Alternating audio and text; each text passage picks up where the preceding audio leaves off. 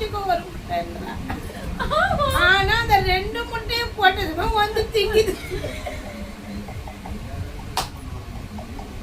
லவகுன்னு சோறாடி திங்குது. என்னத்த செய்யறது?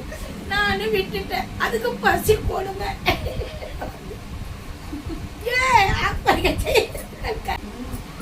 நல்லா பாத்துக்கிறேன். எனக்கு கஞ்சி குடுக்குறடி. நான் ஏன்டி கஞ்சி? ஆமா, பிரேக்ஃபாஸ்ட்ல கஞ்சி தான்.